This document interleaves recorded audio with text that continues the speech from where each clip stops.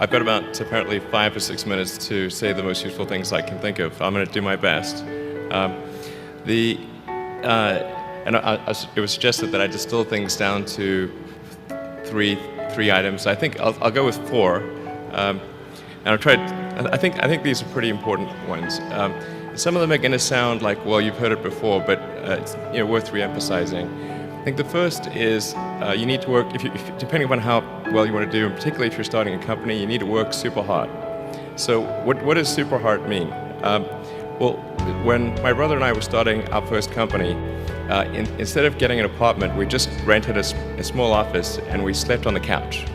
And we showered at the YMCA, and we're so hard up we had just one computer. So the website was up during the day, and I was coding at night, 7 days a week, all the time. And I sort of briefly had a girlfriend in that period, and in order to be with me, she'd have to sleep in the office. So work hard, every waking hour. That's the thing I would say particularly if you're starting a company. And I mean, if you do simple math, you say okay, if somebody else is working 50 hours and you're working 100, you'll get twice as much done in the course of a year as the other company. The other thing I'd say is that if you're creating a company or if you're joining a company, the most important thing is to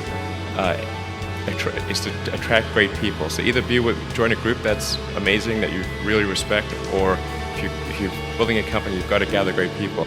And then the final thing is to sort of don't just follow the trend.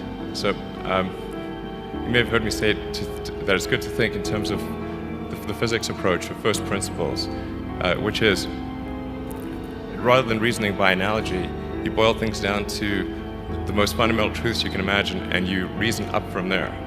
And this is a good way to figure out if something really makes sense, or if it's just what everybody else is doing.